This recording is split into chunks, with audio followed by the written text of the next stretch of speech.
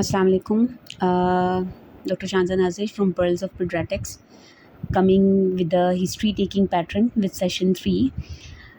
Here I am going to tell you about the demographic details. यानी patient की सबसे पहले आपने हिस्ट्री का पैटर्न मैं आज आपको बताने जा रही हूँ. आप इस पैटर्न को आगे फॉलो करेंगे और फिर हम डिटेल में बारी बारी हर एक चीज़ को डिटेल में पढ़ेंगे, ठीक है.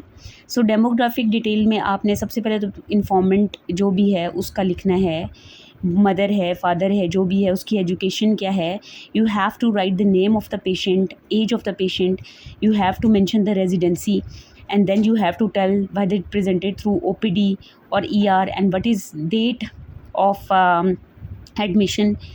And the second thing is the presenting complaint, and you have to write it in chronological order. Means the things that come first will be written in first. Like if the symptoms started from 7 months, so you will write the presenting complaint from 7 months to 5 months and then 2 months in the chronological way. So then you have to explain the history of presenting complaint. History of presenting complaint are actually the symptoms which are told by the patient to the doctor. So you have to explain in detail. I have learnt it through the mnemonic. Here I am going to share it. It's told by my senior, Dr. Maimuna. So I am going to share it. Dost प्यारा. So D for duration.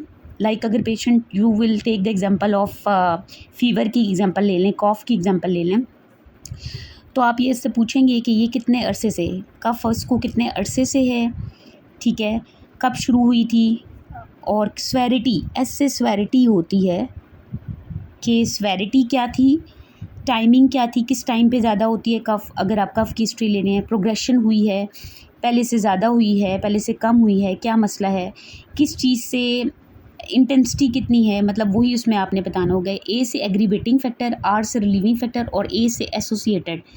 Associated में आपने जो भी presenting complaint होगी, like अगर अब मैं example आपको दी कफ़ की, तो उसमें फिर आपने डीडीज़ जो भी हैं कफ़ से related, cough can be due to pharyngitis, sinusitis, TB की वजह से, किसी भी कंडीशन की वजह से हो सकते हैं, तो आपने उससे रिलेटेड क्वेश्चंस पूछने होंगे.